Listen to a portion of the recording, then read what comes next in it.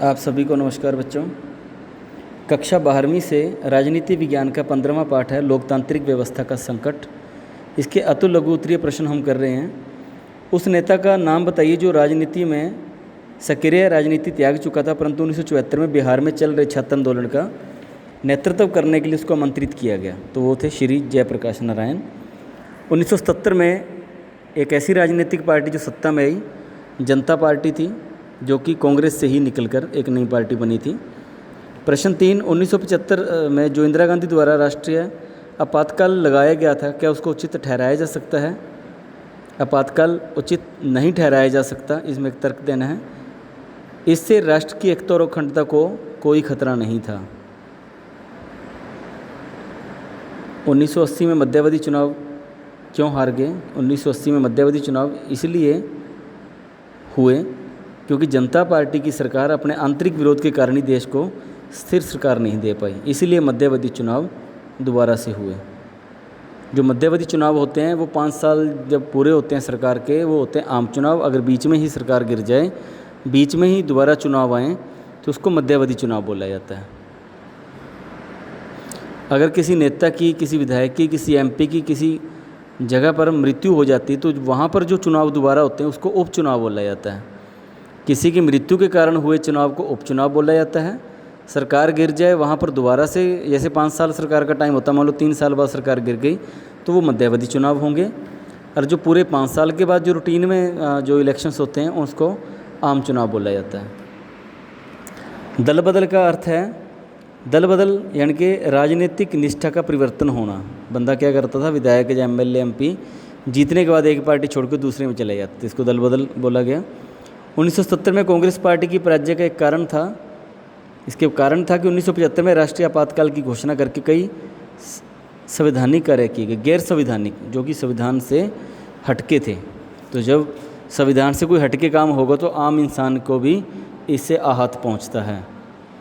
1974 में रेलवे हड़ताल का नेतृत्व जॉर्ज फर्नांडिस ने किया था और उसकी जो मुख्य मांग थी बोनस और सेवा से जुड़ी हुई शर्तें थी। प्रश्न 8 है, जॉर्ज फर्नांडिस ने के नेतृत्व में 1974 में रेलवे हड़ताल के दौरान रेलवे कर्मचारियों की मांग क्या थी कि उन्हें बोनस और सेवा से जुड़ी कुछ शर्तें थी कि उनको माना जाए। 1974 में खाद्यान्न की बढ़ती हुई कीमतों का जो 2 राज्यों के छात्रों ने आंदोलन किया था वो थी बिहार और गुजरात। प्रश्न 10 है, 25 जून 1975 को किस आधार पर आपातकाल की घोषणा की गई? भारत के संविधान अनुच्छेद 352 के अंतर्गत कि कानून व्यवस्था को बनाए रखना और आंतरिक गड़बड़ी को रोकने के आधार पर आपातकाल को लागू किया गया था। प्रतिबद्ध न्यायपालिका से अभिप्राय है कि जो दल विशेष या किसी विशेष सरकार के प्रति वफादार हो उसके निर्देशों का ही पालन करे। मार्च 1970 में आम चुनाव में जनता पार्टी और सहयोगी दलों को लोकसभा में 542 सीटों में से 330 सीटें जीती थी। बड़ी ऐतिहासिक जीत थी और ये पहला समय ऐसा था कि कांग्रेस को मुंह की खानी पड़ी थी, कांग्रेस बिल्कुल हार गई थी उसमें। क्या आप इस बात से सहमत है कि आपातकाल की घोषणा में भारत ने शक्तियों के संघात्मक वितरण को कमज़ोर किया है? आपातकाल की घोषणा भारत में शक्तियों और संघात्मक वितरण को कमज़ोर किया है क्योंकि संपूर्ण शक्तियों का प्रयोग दिल्ली में कुछ ही लोगों के हाथ में सिमट कर रह गया था। इसके आगे हम कुछ करें, इसके अति लघु प्रश्न लघु उत्तरीय प्रश्न हैं। वचनबद्ध नौकरशाही, जो कि हम पहले भी कर चुके हैं, कि निष्पक्ष और स्वतंत्र होकर ना कार्य करना, किसी एक राजनीतिक दल की योजनाओं को बनाना, आंखें मूंद कर उनको लागू करना और उनके ही सिद्धांतों और नीतियों की पालना करना। वचनबद्ध न्यायपालिका, इससे भी यही अभिप्राय है कि एक दल या विशेष सरकार के विशेष लोगों के प्रति ही वफादार रहना और उनके निर्देशादेशों की पालना करना। जून 1975 में घोषित राष्ट्रीय आपातकाल के प्रभाव के कुछ मूल्यांकन है यहाँ। आपातकाल का विरोध करने के लिए लगभग सभी विरोधी दल एकत्र हो गए थे। आपातकाल के विरुद्ध आंदोलन करने के लिए उनको प्रेरित करना पड़ा। इन दलों ने आपस में मिलकर जनता पार्टी नाम का एक राजनीतिक दल भी बनाया और बाद में इसकी सरकार भी बनी। दूसरा था कि आपातकाल के दौरान ही नागरिक स्वतंत्रता और लोकतांत्रिक अधिकारों की लोगों के संघ का उदय अक्टूबर 1976 में हुआ। इस संगठन में केवल आपातकाल में नहीं बल्कि सामान्य परिस्थितियों में भी लोगों को अधिकारों के प्रति सतर्क रहने के लिए कहा गया। प्रश्न 4 है, 1970 के दशक में संसद और न्यायपालिका के बीच उठे किन्हीं 2 संवैधानिक मसलों को उजागर करना है। कि क्या संसद मौलिक अधिकारों में कटौती कर सकती है, ये क्या संसद संविधान में संशोधन के अधिकारों में कांट-छाँट कर सकती है। तो ये 2 संवैधानिक मसले थे उस समय। प्रश्न 5 है, भारतीय न्यायपालिका को स्वतंत्र व निष्पक्ष बनाने के लिए संविधान में क्या उपाय दिए गए हैं। कि न्यायाधीशों की नियुक्ति राष्ट्रपति करता है, न्यायाधीशों की योग्यता का वर्णन संविधान में किया गया है, न्यायाधीश एक निश्चित आयु के बाद उनको रिटायरमेंट लेनी पड़ती है, न्यायाधीशों को केवल महाभियोग द्वारा ही हटाया जा सकता है।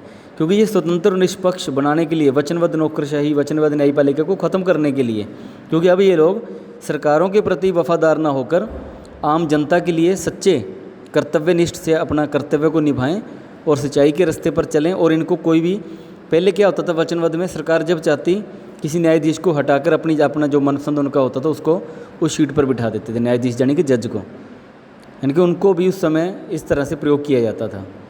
लेकिन आजकल वैसा नहीं है, क्योंकि जज को अगर हटाना तो उसके लिए पहले एक महाभियोग चलाना पड़ेगा, संसद के दोनों सदनों से उसकी अनुमति लेनी पड़ेगी, तब जाकर उसको हटाया जा सकता है। लेकिन ऐसा आज तक किसी खास रीजन में जाकर होता है, वैसे नहीं होता। प्रश्न 6 है, गुजरात के नवनिर्माण के ऊपर लिखना हमने। गुजरात में 1970 में दशक में निर्माण आंदोलन की शुरुआत हुई। अहमदाबाद के LD इंजीनियरिंग महाविद्यालय के छात्रावास में 20% खाने के ऊपर वृद्धि कर दी गई थी, तो उनमें असंतोष फैल गया था। जो हरित क्रांति और श्वेत क्रांति के समर्थक थे, लोग उनके विरुद्ध हो गए थे। ये इतना व्यापक हो गया था कि गुजरात के मुख्यमंत्री चिमन भाई पटेल को भी अपना त्यागपत्र देना पड़ा था। बिहार आंदोलन 1974 में चलाया गया था जयप्रकाश नारायण के नेतृत्व में। जयप्रकाश जिन्हें पूर्ण या व्यापक क्रांति भी इसको कहा जा सकता है, उन्होंने कहा है, जयप्रकाश नारायण 1975 में बिहार के लोगों को संबोधित करते हुए कहा था कि बिहार आंदोलन का मुख्य उद्देश्य समाज और व्यक्ति के सभी पक्षों को क्रांतिकारी परिवर्तन लाना है। और इसको लाने के लिए कि एक दिन या एक साल नहीं लगता, बल्कि लंबा प्रयास करना पड़ता है और आंदोलन जारी रखने पड़ते हैं, तब जाकर इसका हल निकलता है। प्रश्न 8 है, शाह योग जांच योग क्या था, सरकार की प्रतिक्रिया क्या थी इसके प्रति। शाह योग 1977 में जनता पार्टी द्वारा नियुक्ति की, शाह योग की नियुक्ति 1970 में जनता पार्टी की सरकार द्वारा की गई। इस योग का मुख्य उद्देश्य है कि आपातकाल के दौरान सरकार द्वारा किए गए असंवैधानिक कार्य और मानव के अधिकारों की जो उन्होंने हनन किए थे उसका जांच करना था। और इसकी प्रस्तुत 2 अंतिम रिपोर्ट और तीसरी और अंतिम रिपोर्ट की सिफारिश, पर्यवेक्षण और निष्कर्षों को स्वीकार किया। आगे कुछ सही मिलान करने हैं, ये आप कर सकते हैं कि कौन सा जोड़ा किससे मेल खा रहा है। प्रश्न 11 है, 1970 में लोकसभा चुनाव में विपक्ष में लोकतंत्र बचाओ के नारे पर क्यों लड़ा। 1970 में लोकसभा चुनाव में विपक्ष में लोकतंत्र बचाओ के नारे पर इसलिए लड़े कि 1975 से 70 तक देश में इंदिरा गांधी ने लोकतंत्र को स्थगित करके आपातकाल लगा दिया था, इमरजेंसी लगा दी थी। तो 1970 में जब चुनाव हुए तो विपक्षी दलों ने लोकतंत्र बचाओ का नारा दिया। 1970 के लोकसभा चुनाव में जनता पार्टी के आपातकाल के ऊपर जनमत का रूप क्यों दिया गया। 1970 में लोकसभा चुनाव को जनता पार्टी ने आपातकाल के ऊपर जनमत संग्रह का रूप इसलिए दिया क्योंकि आपातकाल में कई प्रकार के अत्याचार हुए थे, बिना कारण के लोगों को गिरफ्तार किया गया था, प्रेस सेंसरशिप लागू कर दी गई थी, उनकी मर्जी के बिना अखबार में, टीवी में, रेडियो में कोई भी न्यूज़ नहीं आ सकती थी, सबके ऊपर प्रतिबंध लगा दिया था, मानवाधिकारों का हनन हो गया था। तो बहुत से इमरजेंसी के अंदर ऐसे कार्य भी हुए जिनके ऊपर लोग चाहकर भी आवाज़ नहीं उठा सकते थे। धन्यवाद।